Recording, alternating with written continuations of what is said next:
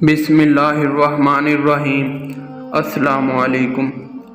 हज़रत अबू हुरैरा रज़ी अल्लाह ताला अन्हु फरमाते हैं कि रसूलुल्लाह सल्लल्लाहु अलैहि वसल्लम ने फरमाया कि नबियों में से एक नबी ने दुश्मन के खिलाफ जहाद का इरादा किया तो अपनी कौम से फरमाया कि मेरे साथ ऐसा शख्स ना चले जिसने हाल ही में शादी की हो और उसका शब ज़फ़ाफ़ मनाने का इरादा हो, लेकिन अभी तक उसने अपनी बीवी के साथ शब ज़फ़ाफ़ ना मनाई हो, और वो शख्स भी ना चले जो घर की तामीर में मसरूफ़ हो और अभी तक उसने घर की छत ना डाली हो।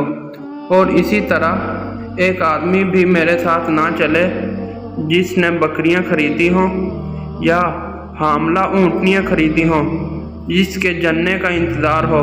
चुनांचे ये हिदायत देकर वो जहाद के लिए रवाना हुए। जब उस बस्ती के करीब पहुँचे जिस पर लश्कर कशी का इरादा था तो असर की नमाज का वक्त हो गया।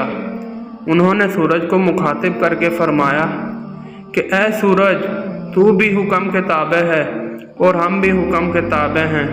ए अल्लाह, इस सूरज को हमारे लिए रोक दे। चुनांचा सूरज रुक गया, यहाँ तक कि अल्लाह ताला ने फरमाया कि इनको फ़तह नसीब फरमाई। तो उन्होंने माल गनीमत जमा किया। फिर इस माल गनीमत को खाने के लिए आग आई तो इस आग ने वो माल गनीमत ना खाया। उन्होंने फरमाया कि तुम लोगों में ज़रूर कोई ख़यानत का मुर्तकिब हुआ है, इसलिए हर कबीले का एक एक आदमी मेरे हाथ पर बैत करे। चुनांचा दौरान बैत एक शख्स का हाथ उनके हाथ के साथ चमट गया। उन्होंने फरमाया कि ज़रूर तुम में कोई खाइन है, बस तेरा कबीला मेरे हाथ पर बैत करे। जब बैत की गई तो 2 या 3 अफराद के हाथ उनके हाथ के साथ चिमट गए। उन्होंने फरमाया कि तुम में कोई ख़यानत का मुर्तकिब हुआ है। चुनांचा वो लोग गाय के सर के बराबर सोने का एक सर ले आए।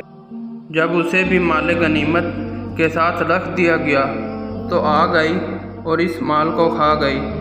बाद में अल्लाह ताला ने हमारे लिए माल गनीमत हलाल करार दे दिया। अल्लाह ताला ने हमारी कमज़ोरी और आजिज़ी को देखा तो हमारे लिए माल गनीमत हलाल कर दिया।